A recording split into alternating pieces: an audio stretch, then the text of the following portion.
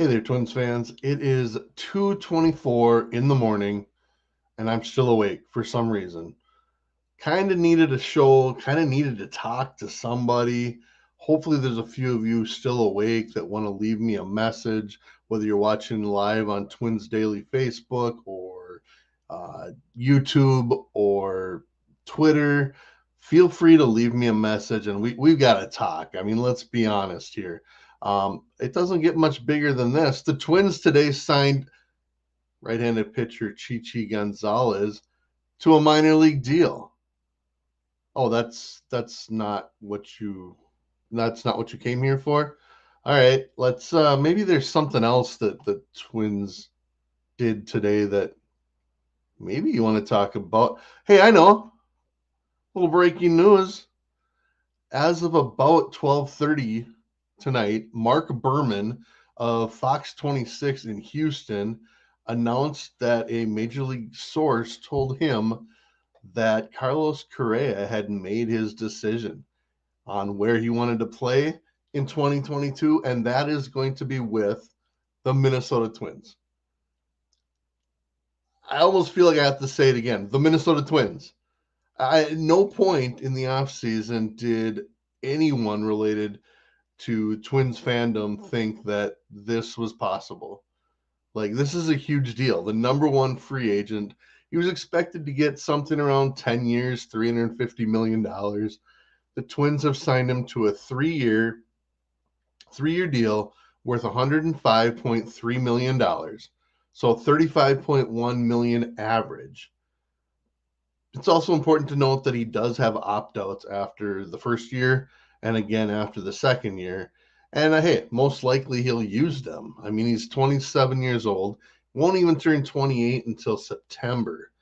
So he's young, and he's going to become a free agent again at the end of the year potentially. And hey, I think if he's playing great and just decides he wants to stay with the Twins for that whole time, I'm kind of thinking they would be just fine with that.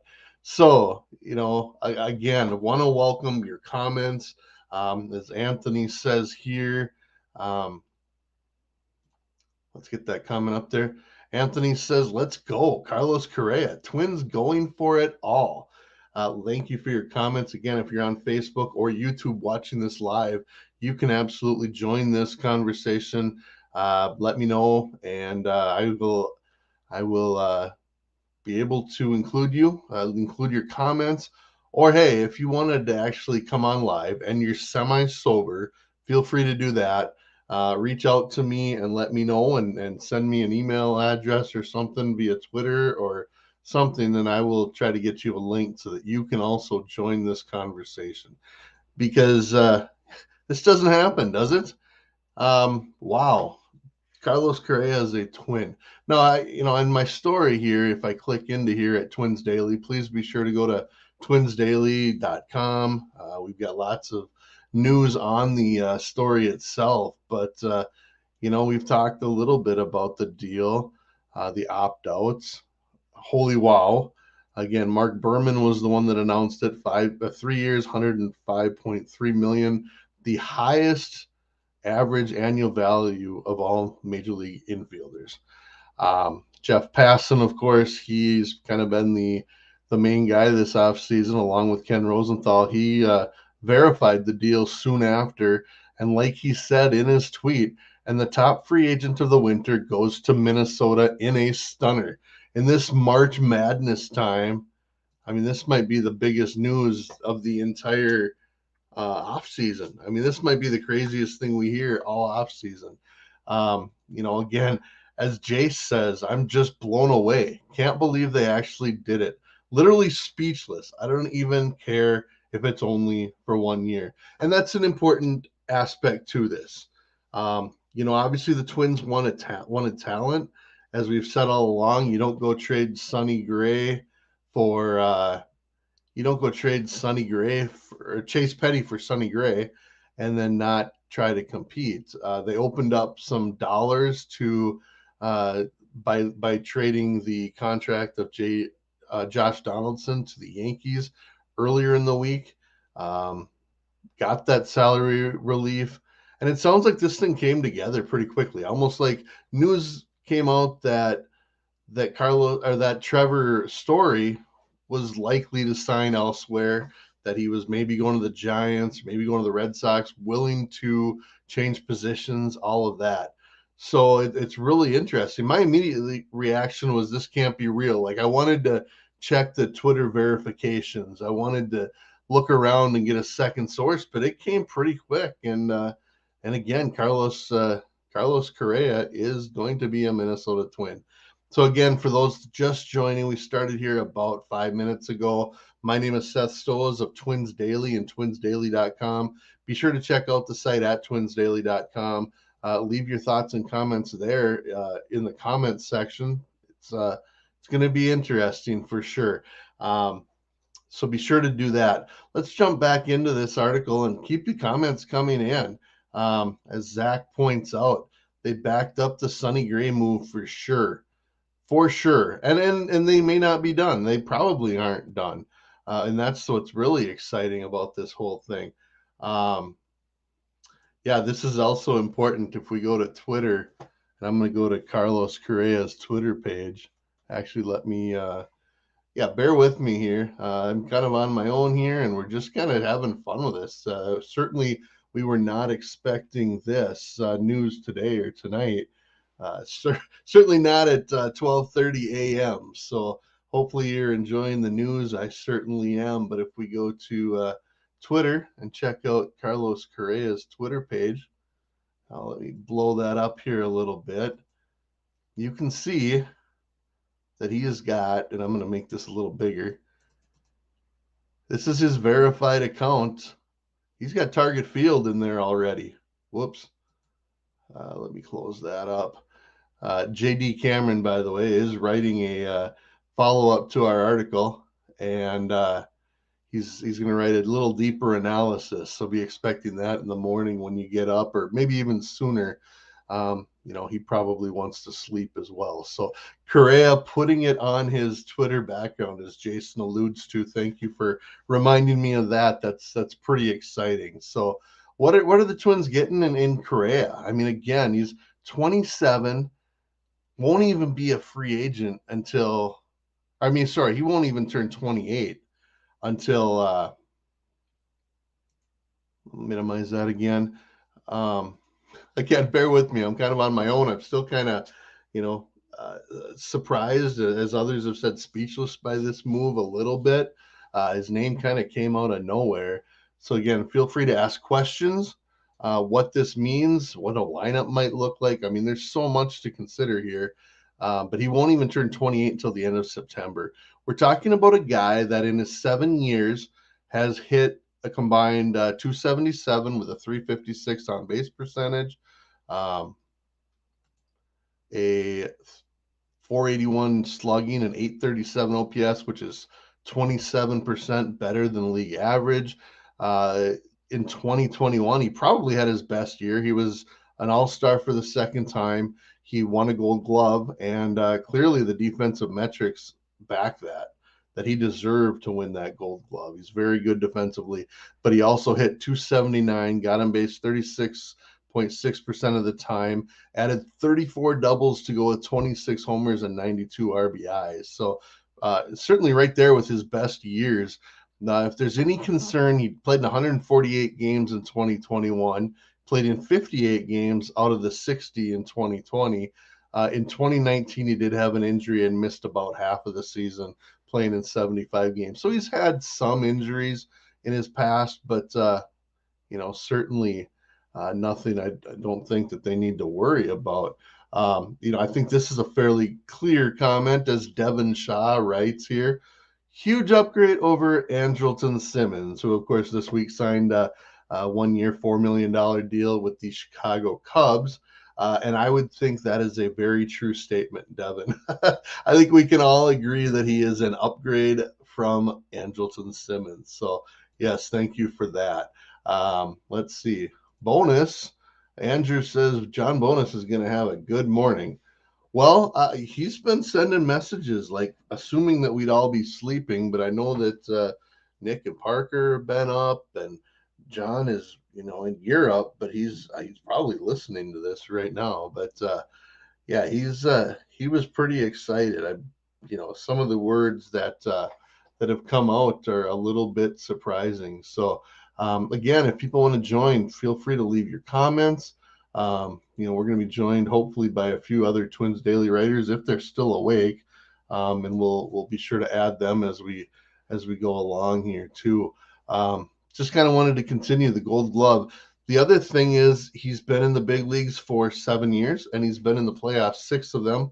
Now, they did win the controversial 2017 World Series, which of course has come under scrutiny over time, but that's okay. Honestly, he got beat up a little bit because of some of the things he said when the news came out about the trash cans and the signaling and things like that. But he was also the one player on that team that spoke to the media, was upfront about a lot of things. And well, everything, I don't know, but he was the guy that was willing to talk. So he clearly has been a leader for that Houston team over the years, especially in recent years. So I think he deserves a lot of credit for that. And his postseason hitting numbers are essentially in line with his career hitting numbers. He's got 79 games. He's hit 272 with an 849 OPS, which is about 52% better than average. And he's got 16 doubles to go with 18 home runs in those 79 games. So he has absolutely been terrific. Let's get a second opinion on some of this. And I'm going to bring in a helper, a Twins Daily writer, someone to add to the conversation. And of course, he's on the West Coast, so it's not so bad. Let's add Matt Braun. Matt, how are we doing tonight? Are you a little surprised at the news? No, I expected it. I totally wasn't, Like grasping at my phone, scrolling like a madman. So, I mean, what was your initial reaction? I mean, for me, I literally had to look at it. I kind of looked around. I did the eye wash, and it's like, am I really reading this? Then I had to see if this guy, he had a verified account. Mark Berman from the Fox News station or the Fox TV station in Houston had an MLB source. So of course he would. He's the sports director there. But then when Jeff Passan officialized it, I guess, man, the words, where do they come from? I'm struggling just as anyone else is. I went through basically the same thing as you. These people, it can't. Are we talking about the same Twins? Are we talking about a different Carlos Correa? Are we talking about a different 3 years, 105 minutes? Like it doesn't make sense given the context of the entire team. I say as a 23-year-old, but from what I've picked up and from what I have seen, it's just like I mean the number one free agent ever choosing Minnesota for any contract. It's just shocking, quite frankly. No, absolutely. Just kind of there's a lot of these side stories to it. A 3-year deal with 2 opt-out years. So I'm choosing to look at this as a 1 year. We may find out the semantics of the deal, if it's just 35.1 each year or what that means. But I'm assuming it's a 1 year, $35.1 million deal. Biggest contract, obviously a 1 year contract. Obviously, dealing Josh Donaldson's contract away helps with this. But also, I think it speaks to the front office. Every year, I think Derek Falvey and Thad Levine have gone and used the money that's allotted to them. It's not as much as some Twins fans want, but it's been, reasonably high, on 130 to 140 opening day, and they've been willing to add. So, what are some of your initial thoughts on the actual contract itself, the dollar values and the opt-out? Right. Well, I think you've hit the nail on the head with that one. You can look at it optimistically as a 3-year deal, but for all intents and purposes, it probably will be a 1 year deal. I mean, it's going to have some pretty awful things. I shouldn't say awful things. God, that's awfully negative. But basically, an injury is what I'm thinking is going to be what takes Correa and makes him look at that and says, you know what, I think I'll stay with this team for maybe an extra year or two.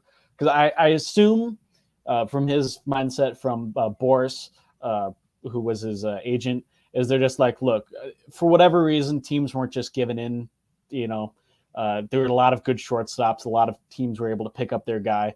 Let's just, like you said, you pointed out, he's not even 28 until September. Let's just play out one more year, get that big contract next year. And Minnesota was just the team that was willing to give him that money, Yeah, and I mean, I think part of it might have been the extended lockout. Obviously, he's right there with Corey Seager, who got 10 years and I think about 325 million. Actually, I want to put this up. I put this in the article at Twins Daily. Whoops, wrong one. And I'm going to make that a little bit bigger. We're getting lots of comments over on the article at Twins Daily, so be sure to check that out. But that 2012 Major League Baseball draft class, the number 1 overall pick was Carlos Correa, got 105 million from the Twins. The number 2 pick in that draft was Byron Buxton by the Twins. He just signed a $100 million deal this offseason. Number 4 pick, I believe, with the Orioles was Kevin Gausman. He signed a 5-year, $110 million with the Jays. Corey Seager, 10 years, $325 million with the Rangers. And then, of course, 32nd overall pick was also a Twin, and that's Jose Barrios, who signed the 7-year, $131 million contract. So, I mean, just what a class, first of all. But secondly, having Correa and Buxton together is it's just a fun story, even if it is just a 1-year thing. Well, fun story, not just in that sort of draft thing. And correct me if I'm wrong, I do believe the third Zanino to the Mariners. Right. I have to point out as the Washington person. Right. But it's not just fun in that story. It's I've been thinking about this since the deal was made. I'm just like, is there a team in recent memory that's going to have a more exciting center field shortstop combination than the Twins with Buxton and Correa? I mean, you're talking about 2 guys who are impact at the nth level on both sides, both with the glove and with the bat. And those are 2, as we've talked about, and then there's sort of been a lot of hand-wringing about, to a degree, 2 crucial positions if you're looking to go deep and make a good playoff run. So for the Twins, I mean, it's literally, I can't think of a better talent-wise, I guess, shortstop and center field combination. It's just, yeah. I don't know. I mean, you always hear baseball people talk about wanting to be strong up the middle. Well, this is not only strong defensively, both of them having won a Gold Glove before, but with the power speed combination of both of them, it's very exciting. And I want to get back to the concept of, if it is just a 1-year deal, first of all, cool. I mean, they got Carlos Correa in a year that they're trying to win. That's a good thing. If it's 3 years, great. Like you said, it probably means there's an injury, in which case you take that 1-year, $35 million deal again next year and hope that he's healthy and contributes. But I think the other part of this is it doesn't shut the door on Royce Lewis, or Austin Martin, or if you want to throw Jermaine Palacios, it doesn't necessarily shut the door on them being able to play. Now, Royce Lewis is coming off of missing 2 years with the lost season to the pandemic and then the ACL surgery last year. I'm throwing in lots of details in case there's people who haven't been following the Twins, a lot lately and are just hearing this news. But I think that, the idea of signing even Trevor Story for, a 5-year, $100 million deal, that's going to be your shortstop then for at least the next few. So your thoughts on, I guess, if it is a 1-year deal, it's perfect for Lewis, who now doesn't have to rush back and doesn't have to, the team can be patient again. He's only used up one.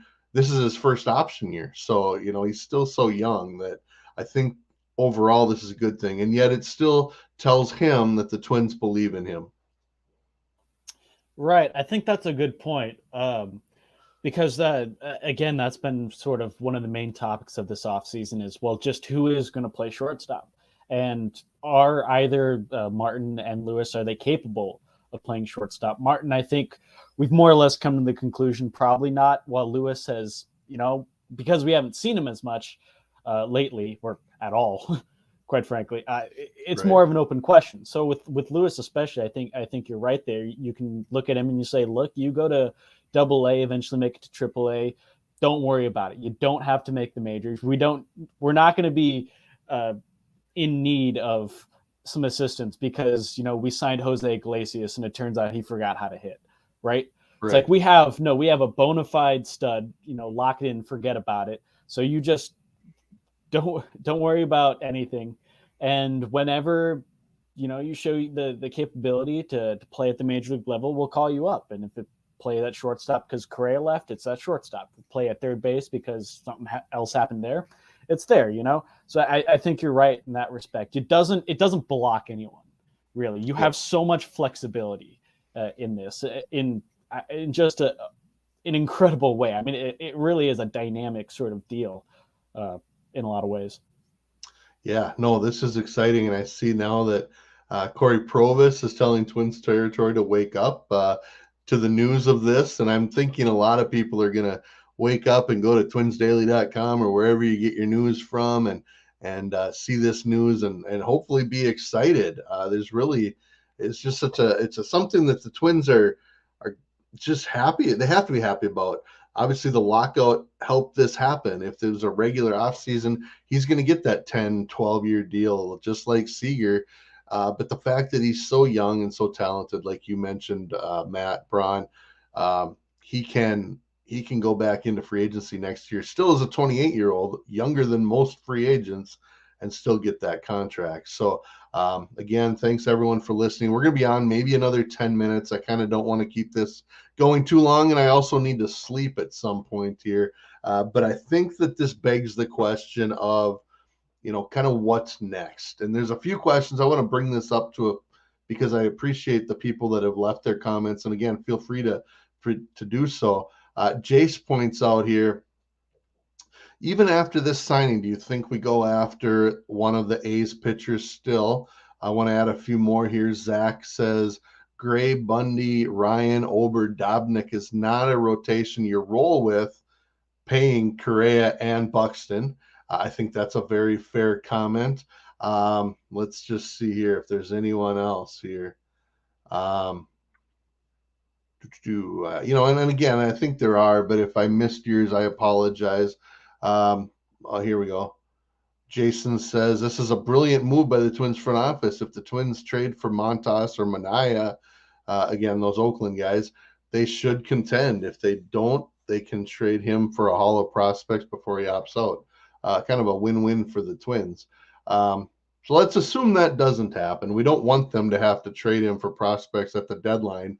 My assumption is it further includes or further makes it more likely that that they go after one of those guys. And actually, I hate to keep bugging you, Matt. There is a question in here. There is a conversation. But Andrew Taylor also says, I'm assuming the package we'd send to the A's would include Martin.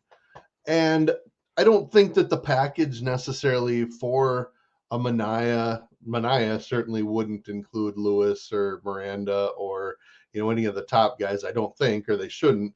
Montas might cost one of the big three and one of the big pitching prospects too.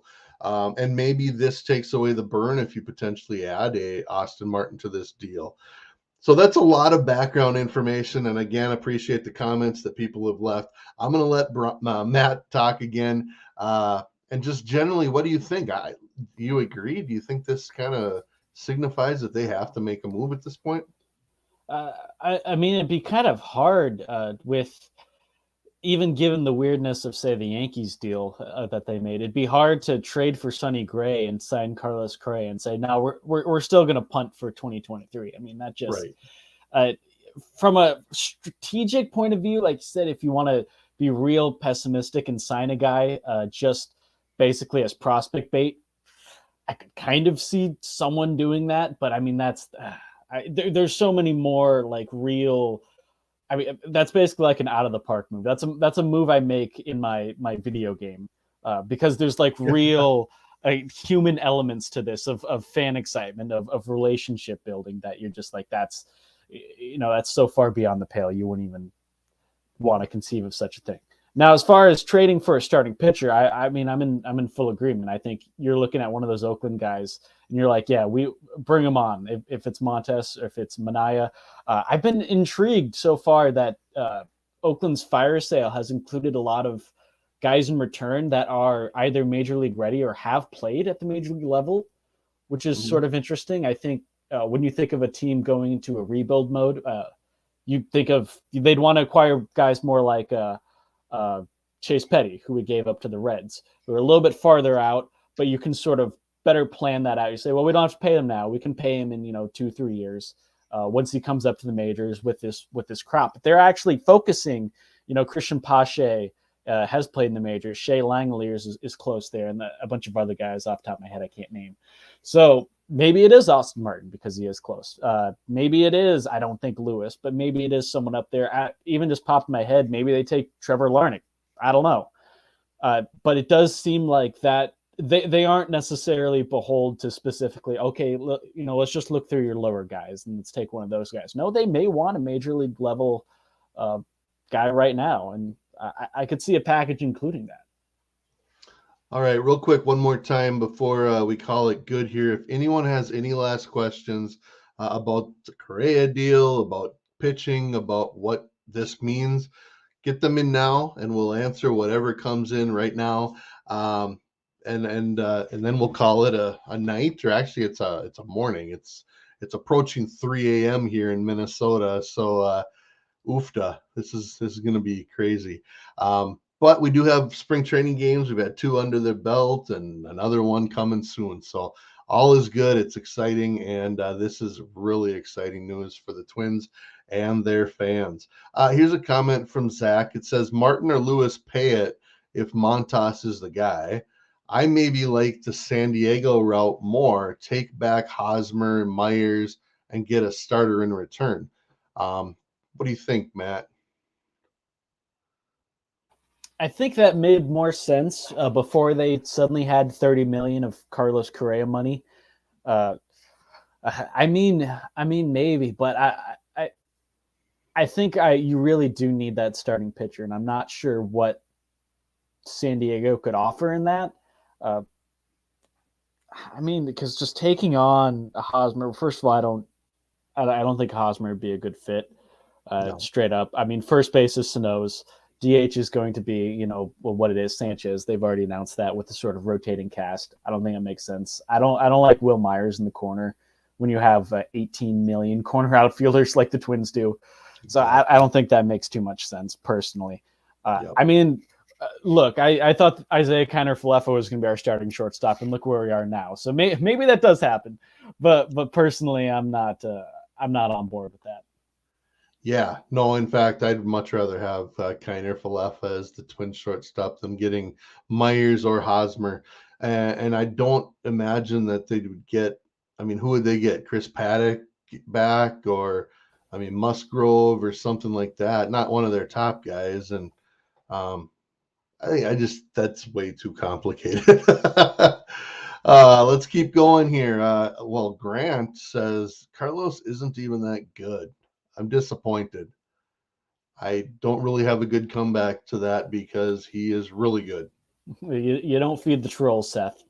I know, but it's kind of fun to read one every once in a while. That's true. That's fair. Let's see. I'm just going to click on some of these and we'll see where the conversation takes us.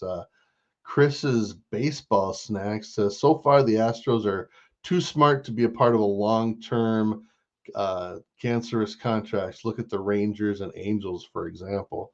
The Rangers just started a couple of long-term deals. They obviously were hurt by some previously. The Angels, the Pujols deal certainly didn't play out for all of those years, but when you're signing those long-term deals, you kind of have an understanding that they're not going to be great toward the end. You're doing it for those first several years. So I don't know. I'm going to keep going, Matt, unless you have something more to add to that. Let's see. Chris also says the question, why did Correa pick the Twins? And what do you think, Matt? Was it the short term? Was it the opt out after 1 year? Was it because of lockout, or a combination of all those things? It's probably a combination of all those things. I assume we're going to hear a lot more about this as the days passed, specifically sort of Absolutely. like what actually went down. Because from what I could tell from bits and pieces, this actually was a surprisingly real last minute. So, I mean, we've been hearing for pretty much since the lockout ended that no, we're looking at Story. We like Story. And suddenly all it was today is no, actually we're signing Correa.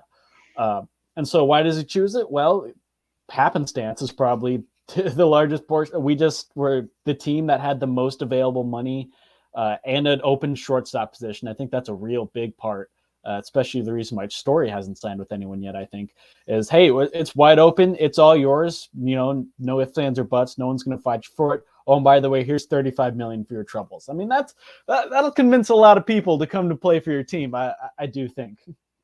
Yeah. All right, real quick, let's check. We got a tweet from the Trevor Plouffe saying the Twins took a Roman pill. They are good in a mid division. Add an arm or two at the deadline and make a run.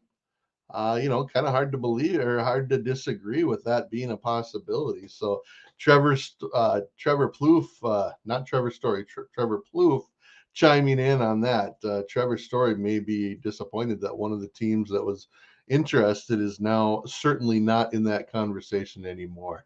Let's see. What do we got here? This is the greatest YouTube notification I've ever gotten at nearly 3 a.m. in the morning. It's the first one I've ever had myself, so I'm glad that a few people are listening, and I appreciate the feedback and the comments. Let's see, a couple more. Grand Slam. Correa was looking for the highest bidder. I'm surprised he passed on the Orioles 10-year, $300 million. Well, hey, Seager got 10 years and 325, and Correa's every bit that. So I don't blame him for not settling for less than that, 32.5 million. I love what the Twins did. I love the 1-year deal, even if it is just the 1-year deal. And I like the backup that if it isn't a 1-year deal, it can become a 3-year deal. It's, terrific. Let's see. We're getting people from all over. Grand Slam also says Yankees got 2 prospects at shortstop, almost MLB ready. They don't need Correa. They need to extend Judge and trade for a pitcher. All right. Yeah, it sounds like a Twins fan talking. I know I should maybe read these before I just start reading them out loud. All right, and thanks for the stream from Chris. Appreciate that. Kyle says Correa is a 1-year deal. He's a rental. Okay, I'm good with that. I think we discussed that too. I think if he is a 1-year guy, it's because he had a good year, and we'll get his bigger money next year too. So, Matt, this may be an obvious answer, but let's see. How do I phrase this? Better free agent signing for the Twins: Carlos Correa or Kevin Correa? Ooh, now Kevin Correa, if I do recall correctly, was the pitcher who threw the pitch that was fouled off by Denard Span that Joe Mauer caught behind his back, and that was a really cool play. Absolutely. And Carlos Correa, he's also known for making some cool plays. So you take. I'm not one to say. I read history. I can't analyze that kind of deal. You're gonna have to talk to someone else. All right, let's make sure there's no swearing. But we've got a Houston fan. I'm an Astros fan, and I'm sad about this. I hope you guys enjoy him and love him just like we do in Houston.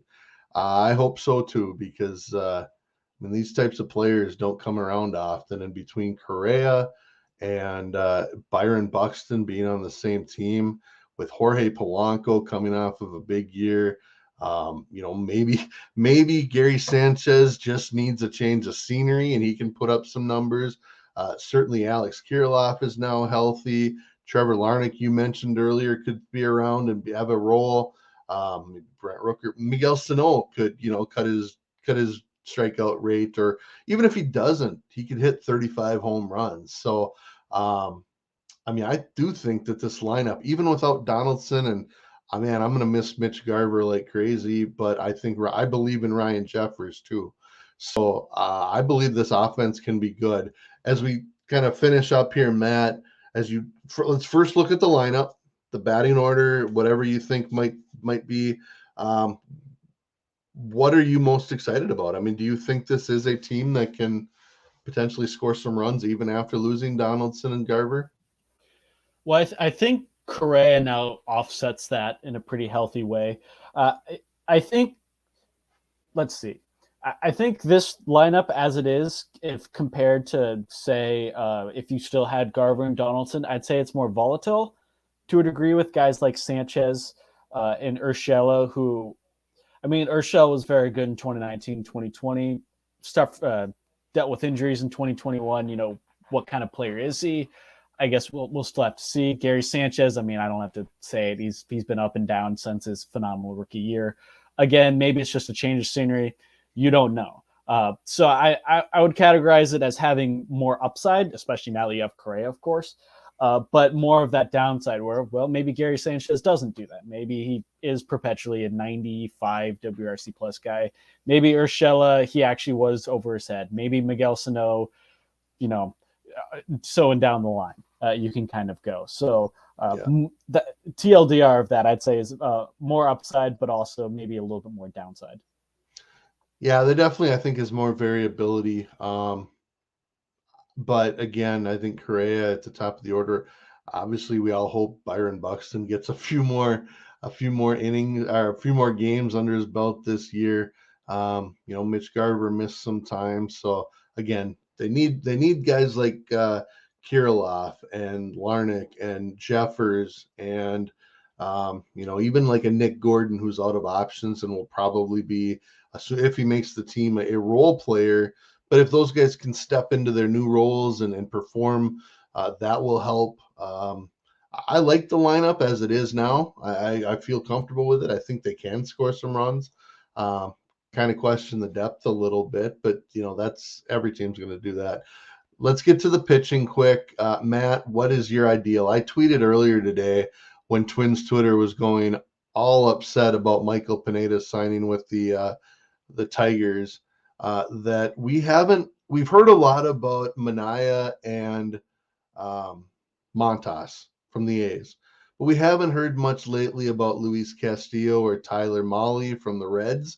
Even though they're saying they're done with their sell-off, you kind of have to wonder.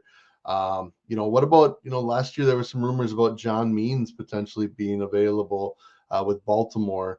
Sounds like he's had some elbow issues last year, but Zach Gallen is still young and Arizona is terrible. So, I mean, there are other names out there. We both said that we fully expect the Twins to make one more significant pitching move. Do you have a favorite? Do you feel like a sense of what they'll do next, or what it means, or what the general plan will be? Well, after this offseason, I think anyone who says they have a sense of what the Twins are going to do next is just frankly lying to you. Yeah. I mean, pick any move and tell, pre-lockout or during the lockout, that move was going to happen. And I think this is a terrible analogy to try to make at 1 a.m. when your mind's racing, but you see what I'm saying at really wild stuff. If you want me to pick a favorite starter of all the guys you named, I've been on the Mahle train this entire time. I love Mahle. I think we need to get him out of that terrible ballpark. He's given up too many home runs there. I think if you get him and Gray, I mean, you're looking at two resurgent guys. I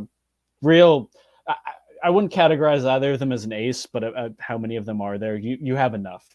If it's Gray, Mahle, Bundy, Ober, and Ryan, that's plenty fine till half. That's all you need to the All-Star break. So Mahle, but I mean, any of the guys, really, you listed off all my favorite guys. I'd be fine with any of them. Manaea, Montas, Means, Gallen. Yeah, sure, I'll take any of them. Right. Well, and I do think they have the prospect capital, if that's the right phrase to use. I'm always a little uncomfortable with that one, but you've got the prospects available to kind of make any move you want, of guys that might be available. It's just how much of that do you want to give up? And also, like you said, with all of the pitching prospects the team has in the upper levels, from Yohan Duran, Jordan Balazovic, Josh Winder may have made his debut last year. If Matt Cantorino is healthy, he can move up quickly. To go with Joe Ryan, to go with Bailey Ober, and even guys like, maybe Simeon Woods Richardson or Drew Strotman could be ready sometime this year. So they're still in a good position to, one, make trades, or two, have the kind of depth at pitching that you need if you want to make a run. So any final thoughts, Matt? I've kind of rambled here a little bit, and we've got a few comments I might throw up here. We've got a guy that knows baseball that says that we are fake Twins fans, and wonders, how can you be a fan of the Twins? Well, I like following a team where if you win a lot, it's a good thing. It's not just the expectation to win the World Series. Even though we've got two of them, we'd love to have another one soon. Oh, and Swaggy says the Twins aren't that good. I mean, we'll find out. Ouch. I know I've used there. I actually include way too many of these. I say, Seth, you gotta. I know you like feeding the trolls, man, but you gotta calm down sometimes. Yeah. Shut up, Yankee fan. Let these guys be happy, dude. Hey, we're happy, and it's 3:00 in the morning. I know I'm sober. Matt, I can't speak for you. You're way younger than me, so you're good. You're handling it well if you aren't. So I plead the fifth. Yeah, we'll leave it at that. But yeah, let's call it good, Matt. Appreciate you coming on here. Giving your insight and your input at such a crazy time. But we're gonna call it good. I appreciate everyone for listening and all the great questions. Again, the Twins decided they're gonna sign Carlos Correa, 3 years, $105.3 million. Getting him from the Houston Astros. Obviously, it's a lot of fun to talk about. So we did that to get the instant reaction, and appreciate you all listening to it. So without further ado, we're going to call it a show, and I'm going to say thank you very much to Matt, all the listeners, and let's go Twins.